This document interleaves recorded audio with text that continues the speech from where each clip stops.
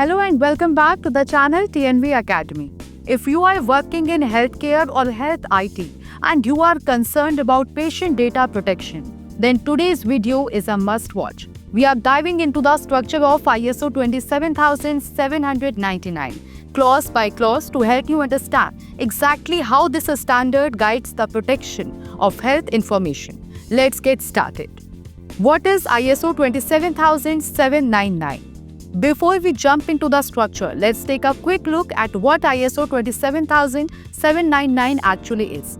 ISO 27799 provides guidelines for information security management in health using ISO IEC 27002 as a foundation. It's specifically designed to safeguard personal health information and ensure confidentiality, integrity, and availability in healthcare environments. Clause by clause breakdown.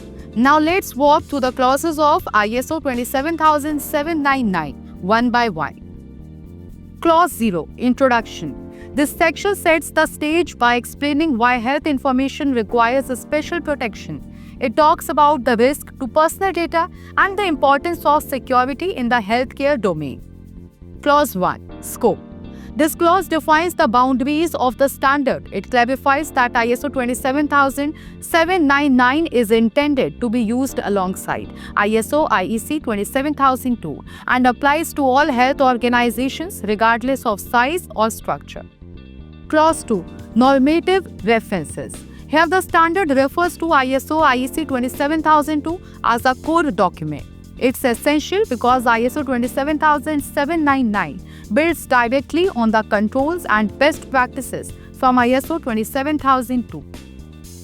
Clause 3. Terms and definitions. This clause ensures everyone is on the same page by defining key terms like confidentiality, health information, and risk management. It avoids confusion and ensures clarity across the healthcare IT environment. Clause 4. Structure of this standard. This explains how ISO 27799 is organized. Essentially, it mirrors ISO 27002 and expands on it with healthcare-specific guidance. So if you know ISO 27002, you are already halfway there. Clause 5. Implementation guidance for healthcare.